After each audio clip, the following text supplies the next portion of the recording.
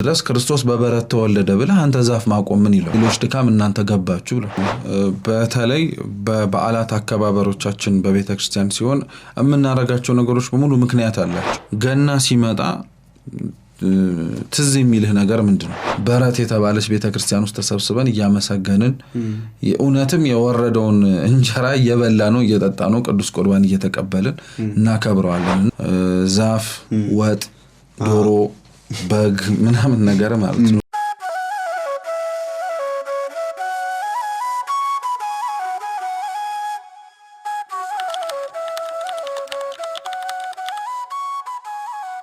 የክርስቶስ መወለዱ አንዱ ምክንያት ለይቅርታ ነው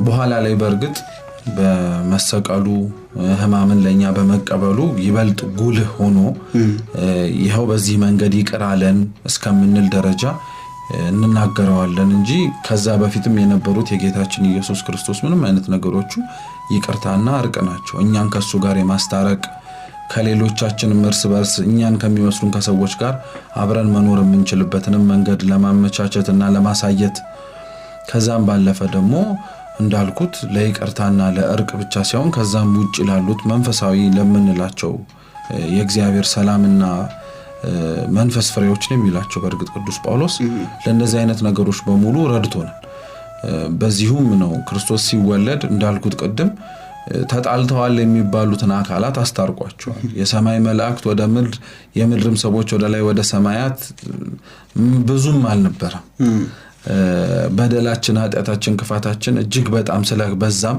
እንዴት ብለን እንቀራረባለን ማዓዛ ያለው የሚጣፍጥ ነገር በሚቆሽሽ ቦታ ላይ አታስቀምጠውም ይጣፋል ይደበዝዛል የሚቆሽሽንም ነገር መልሰ ደግሞ ማዓዛ ባለበት ስፍራ ላይም ደግሞ አታስቀምጠው ነገሩን በሙሉ ምስቅልቅል ስለሚያወጣውና መልካሙን ማዓዛንም ጭምር ስለሚያበላሽ እና ጌታችን ኢየሱስ ክርስቶስ በመወለዱና ተወልዶም ጭምር በግርግም ውስጥ በመሆኑ ለኛ እንዳልኩት ከኛ በፊት አብረውን የነበሩ በገነት ውስጥ አብረውን ይኖሩ የነበሩትን ቅዱሳን መላእክትን መልሰን ከነሱ ጋር መታረቅ እንድንችል እርቅ እንድንፈጽም እኛም እርስ በርስ ደግሞ ያለምንም መለያየት አብረን በዓሉን አክብረን መስማማት እንድንችል በሩን ከፍቶ አሳይቶን እውነት ነው ልዩነቶች ብለን በገና በዓል ላይ ወይም በክርስቶስ ልደት ላይ የምናነሳቸው ነገሮች አሉ ልዩነቶቹን አላጠፋናቸውም እውነት ለመነጋገር ግን አብረው ሊሆኑ የሚችሉበትን ምክንያት ግን እግዚአብሔር አምላክ አሳየን ወይንም ደግሞ ልዩነቶቹን ልናጣበበት የምንችልበትን መንገድ ለምሳሌ መላእክት ከኛ ጋር የወረዱት እኛ ቅድስና ስላለን ሳይሆን እነሱን ለመምሰል ወደ ቅድስና መሄድ እንደምንችል ግን ልዩነቱን ማጥበብ እንደምንችል መልካም ስራ በመስራት መንገዱ በዚህ መልኩ ሊሆን እንደሚችል ታየን ነገስታት ከረኞች ያላቸው ከሌላቸው ያጡ ካላጡ ጋር አብሮ መኖር እንደሚቻል ክርስቶስ ኡነትም በዛሽ ግርግም ውስጥ ስብከትም ጭምር ሳይሆን በንግግር ሳይሆን በተግባርም ጭምር ያሳየን ነውና በእነዛ ሁሉ ለያስማማን በሚችሉና አብረን እንዴት ከነሱ ጋር መቆም እንችላለን እንዴት ከነሱ ጋር ስለንገኝ እንችላለን የምንልባቸው ምክንያቶች በሙሉ የጠፉት የሚያስማማን አንድ ምክንያት ተገኘ እሱም ክርስቶስ ነው አምላካችን ሰው የሆነው ጌታችን ነው ስለዚህ እንደ ክርስትና እምነት ተከታዮች ራሱ ብዙ ለያስማማን ለያግባባን የሚችሉ ነገሮች በግልም እንደ ሰው ሐሳባችን ስለሚላይ ሊኖር ይችላል ነገር ግን ለያስማማን ለያስታርቀን ደግሞ ተመልሰን ልዩነቶቻችንን አስታርቀንና ታርቀን ደግሞ ተመልሰን ልንገኝበት የምንችልበት ዋና ምክንያታችሁ ምንድነው ሲባል ደግሞ ያው በቤተልሔም ውስጥ ያለው ሕፃን ጌታችን ነው እንላለን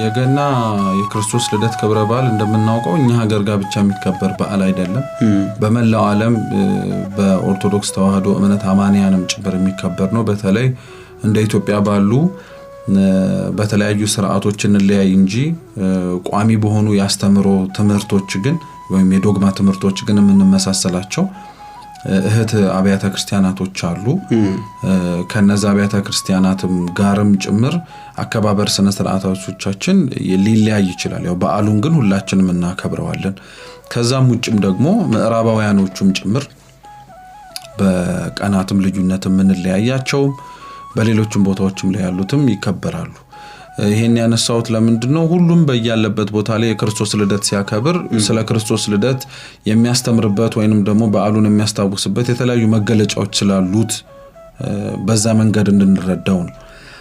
ሀገራችን እውነት ለመናገር በዓላቶችን በመታከብርበት ጊዜ ላይ በጣም ነው የሚደንቁት። በተለይ የቀደሙት አባቶቻችን በዚህ አይነት ስራ ገና አሁንም ስማቸው አሁን ላለነውም ትውልድ ይሄን ያክል አልተነገረም ከሚሉት ሰዎች መካከል ምናልባት ካሉ እኔ ከነሱ መካከል ነኝ ያለሁት። ለምን ባህላቶቻችን ሃይማኖታችንን ሳይቃረኑ ሃይማኖታችንም ደግሞ በባህላችን ውስጥ ሳይዋጥ በጣም ያንን ድንበር አስጠብቀው የምናደርግበት ምክንያት ለምን እንደሆነም ጭምር አድርገው ሰጥተውናል እና የገና ደግሞ በዓል ከነዛ እሴቶቻችን ከሚጠሩባቸው ቦታዎች መካከል አንዱ ነው። የገና ክብረ በዓል ላይ በሀገራችን ከሚደረጉ ነገሮች መካከል አንደኛው የገና ጨዋታ ነው። የገና ጨዋታ መሳሪያዎች ቡድንተኞች ወይንም ደግሞ ተጫዋቾች ተለይተው የሚጫወቱት ነው። አሁን ላይ በከተማም ጭምር በተወሰኑ የሰንበት ትምህርት ቤት አጥቢያዎችም ጭምር ይደረጋል። እውነት ለመናገር የገና ስፖርት በእናውቅበት ኖሮ በጣም ትልቅ ደረጃ መድረስ የሚችል ፈረንጆቹ ሆኪ ብለው አሳምረውት ስንት ነገር እያደረጉት ነው። ነገር ግን ምናልባት እነሱ ሆኪ ሲጫወቱ ስለ ክርስቶስ ልደት ትዝብሏቸው ሊሆን ይችላል። ጨዋታው እንደ ጨዋታ እየተጫወቱት ነው እንጂ ግን እኛ በዓሉን ጠብቆ ከሚደረጉ ነገሮች መካከል በጣም ጉልህ ድርሻ የሚወጣ ተደርጎ መጠራት ይችላል። ያንንም ለማስጠበቅ እንዳልኩት አንዳንድ ሰንበት ትምህርት ቤቶች ያደርጉታል። እነዛ ሰንበት ትምህርት ቤቶችም በዓሉን በጠበቀ ባህሉንም ባከበረ መልኩ ያደርጉታል። ተጋጣሚዎች ለሁለት ይከፈላሉ። መምቻ ጥንግ መጫወቻ ደግሞ ኳሷ ድብል ብሎ ሩር በዛ ተጋጣሚዎች ተለያይተው አንዱ ባንዱ ላይ በማስቆጠር ነው ጨዋታውን የሚያከናውኑት። ነገር ግን ማንንም አሸናፊ ይኑር ደግሞ በፍቅር ነው ተሳስመው ደግሞ አብረው የሚሄዱት። በዓሉ እንደ በዓል ጨዋታው እንዴት ነው የመጣው ሲባል በታሪክ ሲነገር ክርስቶስን ማመስገን ወይንም ደግሞ የያዙትን ስጦታ ይዘው ለመምጣት የመጡ ነገስታት ነበሩ፣ ሰብአ ሰገል የሚባሉ። ሰብአ ሰገል አንዳንድ ቦታዎች ላይ የሚገርም 70 ሰዎች ተብሎ ሰው ይተረጉሙ። ግን ሰብአ ማለት ሰው ማለት ነው፣ ሰገል ማለት ጥበብ ማለት ነው እና ሰብአ ሰገል ሲባል 70 ሰዎች ሳይሆን የጥበብ ሰዎች ለማለት ነው። የፋርስ ነገስታት ናቸው ይባላል። ወይ ደግሞ የፋርስና የአረብን ቦታዎች ላይ የገዙ የነበሩ ሰዎችም ናቸውም ጭምር ይባላል። የክርስቶስን ልደት ምክንያት አድርገው በኮከብ እየተመሩ የመጡ ናቸው። ቀደም እንዳልኩ አንዱ አሁን ምዕራባውያን በጣም ከሚታወቁበት ገና ወቅት ላይ ሲደርስ ከሚያሳዩቸው ነገሮች መካከል አንዱ በተላልቅ ዛፎቻቸው ላይ ጫፉ ላይ ተላልቅ ኮከቦች ይደረጋሉ። ኮከቡ በጣም ትኩረትን ይስባል። እንደውም ከታች ከሚብለጨለጨው ነገር ላይ ቀና ብለህ ስታየው ማለት ነውና ያ ኮከብ ሰብአ ሰገልን እየመራቸው የመጣው ምልክት ነው። ያንን ምልክት ሰብአ ሰገልም ከቀደመው ከትውልድ ወደ ትውልድ ሲስተላለፍ ምልክቱን ስታዩ አምላክ የሚወለድበት ዘመን ነው ተብሎ ስለተነገራቸው በዛ ምልክትነት ወደ ይሁዳ ነገስት ይመጣሉ። ወደ ይሁዳ ከገቡ በኋላ ግን መጽሐፍ ቅዱሳችንም እንደሚናገረው የተወለደው የአይሁድ ንጉስ የታለ እያሉ ነው የገቡት። ያ ጻብ ያስነሳል። ንጉስ ባለበት ከተማ አንተ የታለ ንጉሱ እያልክ መምጣት ራሱ ሌላ አመጽ ነው። አይነካቸው። ነገር ግን እነዚህ ሰዎች ነገስታት ናቸው። ስለዚህ ምን አላቸው? እናንተ ሰግዳችሁለት ስትመለሱ ለኔም ንገሩኝና ልስገድለት አላቸው። ግን አባቶቻችን ሲናገሩ ስላላመናቸው አጭር ሰላይ ከነሱ ጋር አብሮ ላከባቸው እና መንገድ ሲሄዱ ሰላዩ አብሯቸው ሲጠጋ ኮከቡ ይሰወራቸዋል። ሰላዩ ግን ሳይኖር ሲቀር ደግሞ ኮከቡ ተገልጦ ይመራቸዋል እና ያ በጣም አጣብቂኙ ስለመከተታቸው እስካሁን እንደዚህ አይነት ፈተና ስላልገጠማቸው ምንድነው ብለው ከተቀመጡበት ፈረሶቻቸው ሰረገላዎቻቸው ሊዝቅ ሲሉ ሰላዩ ወደዚህ ሲላዩትና በያዙት ሰይፎቻቸው አሽከሮቻቸው ወዲያውኑ እንዴትኛ እንሰለላለን በሚል ምክንያት ቀልተው ወይንም ደግሞ ቆርጠው እንደገደሉትና በሱ ጭንቅላት ወደዚህ ሲያደርጉት ተጫውተውበት ማለት ነው የቀደሙት ሰዎች በዛ ምክንያት ነው ይላሉ። ግን እንደው እንደዛ ስናስበው በሰው ጭንቅላት መጫወት ነው ብሎ ግን ሰው እንዲወስደው አይፈልግም። አባቶቻችን ያ የክርስቶስ ልደት እንዳናይ ከስር እያሸሸን ወደ ኋላ ሲስበን የነበረው ሰላይ ጠላታችን ዲያብሎስ ነው። ቆርጦ የተጣለበት ሰይፍ ደግሞ የእግዚአብሔር ስልጣን ነው።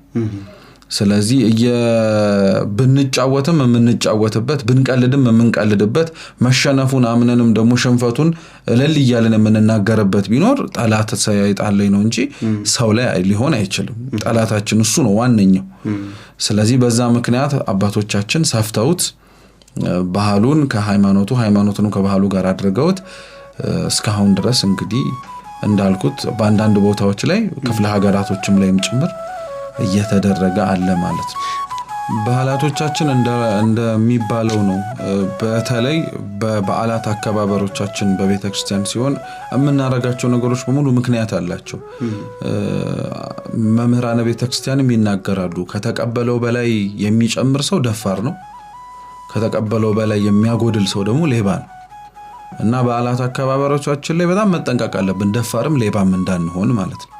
እና በተለይ ደግሞ የኛ የራሳችንን ባህላቶቻችንን ወይንም ደግሞ በዓሉን የምናከብርበትን መንገድ ጉልህና ግልጽ አድርገን አለማውጣታችን አንደኛው ችግር ነው። ሁለተኛው ተደጋጋሚ ነገሮች መታየታቸው። አሁን ለምሳሌ እንደው መጠየቅ ከተቻለ ልጠይቅ፣ ገና ሲመጣ ትዝ የሚልህ ነገር ምንድነው? የገና ዛፍ እንይብልጆቹ የገና አባት እንደዛ አይነት ነገር አይደለ? ቴሌቪዥን ብትከፍት የምታየው ምንድነው? ሙሉ እሱ ነው።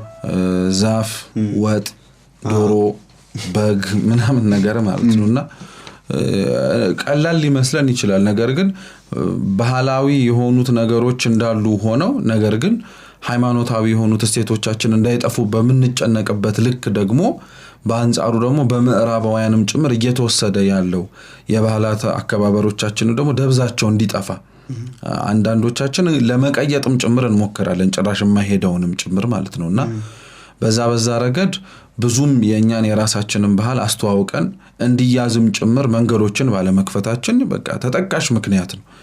ማስተዋወቅ አንድ ስራ ነው፣ ተዋውቆ ደግሞ እንዲያዝ አሁን ላይ ጥሩ ነው። እንዲያውም ከተወሰኑ አመታት በኋላ እኮ በፊት ይቅርታ የገና ዛፍ ከተማውን በሚያጥለቀልቅበት ልክ እኮ አሁን አነስተኛ በረቶች እየተሰሩ ደግሞ እየተሰሩ ነው አይደለ? በረት የምትመስል ነገር ያ በጣም ትልቅ ነገር ነው፣ እንደቀላል አይታይም። ሃይማኖታዊ ትርጉም ስላለው ሃይማኖታዊ ትርጉም አለው። ሲቀጥል ያንንም ለማስጠበቅ ነበረ እስካሁን ድረስ ክርስቶስ በበረት ተወለደ ብለህ አንተ ዛፍ ማቆም ምን ይለው? የማይመጣ ነገር ነው። ሌላ ብዙ ነገር እኮ ማንሳት ልትችላል። ዛፉ እንዲሆኑ እንደዛ ሆኖ ልትችላል። እንደው ሃይማኖታዊ የሆነው ልዩነት ተነው ማለት ነው። ግን እንደው ከዛፉ በላይ በረቱ አይቀርብም? በቃ ግልጽ እኮ ነው። ከዛፉ በላይ በረቱ ይቀርባል። እና በእንደዚህ አይነት ነገሮች ትኩረት ተሰጥቶ ቢሰራባቸው ነገ ከነገ ወዲያም በነገራችን ላይ እንደዚህ አይነት ነገሮች እንደ አንድ ትላልቅ የሥራ ሳይሆን በርግጥ በዓላቶቻችንን የምናከብርባቸው መንገዶች ሆነው ራሱ ሊስፋፉ ይችላሉ። ለምሳሌ ይሄ ሳምንት ከሚከበርባቸው ነገሮች ውስጥ ወደፊት የእረኞች ሳምንት መሆን ሊሆን ይችላል። እረኞች መታሰብ ያለባቸው ሳምንት ሊሆን ይችላል። አንተና እኔ በዓላት ለማክበር ሄደን የምንገዛውን ከብት እኮ የሆነ ገጠር ውስጥ ያለው ወንድማችን እረኛው የጠበቃቸው ናቸው። ምናልባት ወንጌል ላይ ክርስቶስ ሐዋርያቱን ሲያስተምር ምን ብሏቸው ነበር? በሌሎች ድካም እናንተ ገባችሁ ብሎ ያረኛው በጠበቀው ከብት ነው እኛ አርደን እዚህ ደስ ብሎን ጠግበን ጠጥተን የምናመሰግነው። ስለዚህ እንደነዚህ አይነት ትኩረት ተሰጥቶን ደግሞ እነሱን እንዴት እናጉላቸው፣ የነሱን ሚና በምን አይነት መልኩ እንመልከታቸው የሚሉ ነገሮች አሉ። ገና በደንብ አድርገን ብንሰራባቸው ማውጣት ማጉላት፣ ቤተክርስቲያን ያስተማረቻቸውን ትምህርቶች በደንብ ለጋድ ማውጣት እንደዛ ብንል አሁን እነዚህ የምንወያይባቸውን እና የኛ አይደሉም የኛ ሊሆኑ አይችሉም የምንላቸው ነገሮች ራሳቸው በራሳቸው ከኛ ስራ ብዛት ደብዛቸው እየጠፋ ይመጣል። ግን የኛ ለመስራት የኛ ለማስተዋወቃችን አስተዋውቀንም አለማጽናታችን ግን በእንደዚህ አይነት ወረራዎችን በለው ወይንም ደግሞ አዳዲስ ነገሮች ፈተና ይሆንብናልና ሳናውቃቸው በኋላ ላይ አውቀናቸው ምን አለ ቀደም ባወኩት የምንላቸው ባህላቶች ነው ያሉን፣ አስተምህሮች ነው ያሉንና በተለይ እነዛን ለማወቅም ጭምር ሞክሮ ደግሞ ማድረጉ የተሻለ ይሆናል እንጂ ነገ ላይ መልሰን ላናገኘው የምንችለው ነገር ዛሬ ላይ እንደ ቀላል ነገር አሳልፈን ሰተን እንዳንጸጸትበት በጣም መጠንቀቅ አለብን። ምዕራባውያን በእርግጠኝነት እነሱ ካቆሙት ዛፍ በላይ እኛን አከባበራችንን ይመስጣቸዋል። በእርግጠኝነት መተው ቢያዩት እኛም ደግሞ ክርስቶስ የተወለደበትን ክዋኔ እንዴት አድርገን በቤተክርስቲያን ስርዓት እንደምናከብረው ቢያዩት እነሱ ምን ያከብሩታል? እኛኮ የሚገርመው አዲስ ዓመትን ስናከብር ከነሱ ይለያሉ። እነሱ አዲስ ዓመት ሲያከብሩ ካልተሳሳትኩኝ ምዕራባውያን የምንለው ብዙ ጊዜኛ አሜሪካን ሌሎቹ ነጮቹን በስም ስለምንጠራ ማለት ነውና አሁን አሜሪካ አዲስ ዓመት ስታከብር ካልተሳሳትኩ ኒውዮርክ ታይም ስኩዌር ትልቅ ኳስ አለ እሱ ነው የሚጣለው።